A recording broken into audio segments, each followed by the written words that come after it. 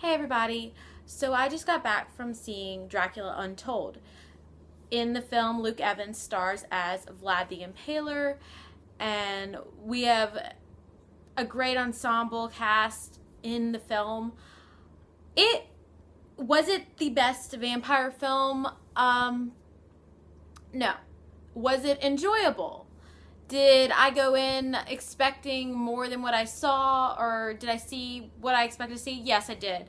I did not expect it to be the best vampire film. I expected it to be more of a guilty pleasure type of vampire film, and it did. It turned out to be that kind of film for me, because they're actually this is going to be the first in a whole monster universe of films coming out. They're bringing out a bunch of the old monster. I think they're doing like Frankenstein movie and a bunch of other types of cool things like that. Probably a Wolfman type movie.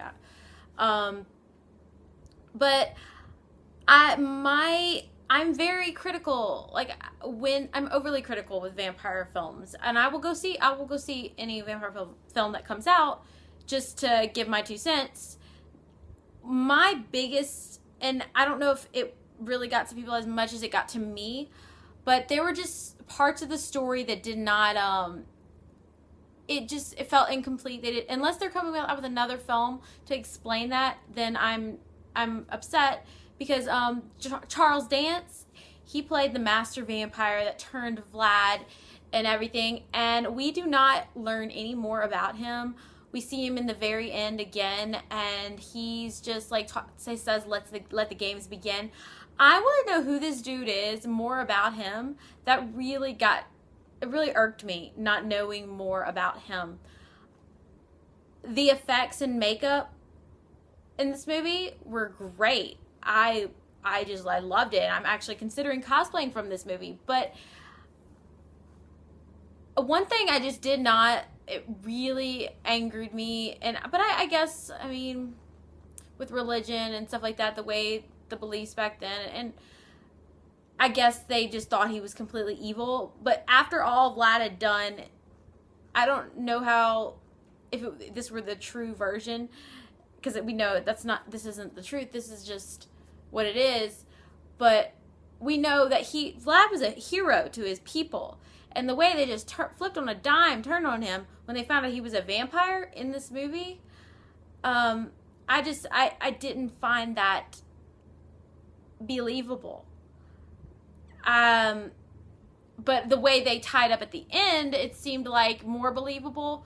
Probably one of my a couple of my favorite scenes in the film, and these are spoilers, so if you don't want to hear them, turn this off now, would have to be when you see him losing Morena, and she has him bite her to complete his transformation, and it's just, he's crying when he does it. And then the second thing, he turns his dying comrades and people into vampires, and then has to end up killing them after his big fight, and he kills the Sultan and all, because his people are threatening his son, and he basically gets his son to safety, and he lets the darkness go away and brings out the sun, and they start burning. I just that was a very intense scene. But I was like, oh, he's dead. Oh my gosh. But and that didn't play out with the whole lore of Dracula, of Vlad, because we don't even know where Vlad in real life, his body is, like what happened to his body. So what I liked, what a tidbit that they added in that I really liked, they had this random guy, and he's from Black Sails, this actor, but I'm thinking he's playing a version of Renfield. I'm not sure exactly, but I'm thinking that's who.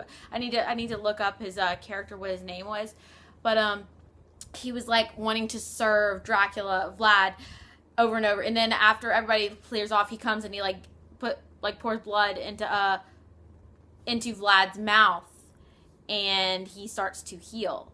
And later on we see a whole like late like into the present day we see him meeting another like a reincarnation of Morena, and then that's where we see Charles Dance's character, and we don't know anything about what's his name, who is he, because he wanted to get revenge on someone, but it seems like I don't know if he wants to get some kind of revenge on Vlad or if he just wants to use him as a tool for something, because like I said he said let the games begin. I want to know more about this character. It's really bugging me, and it's gonna bug me until I know more, or if they give us more info on that.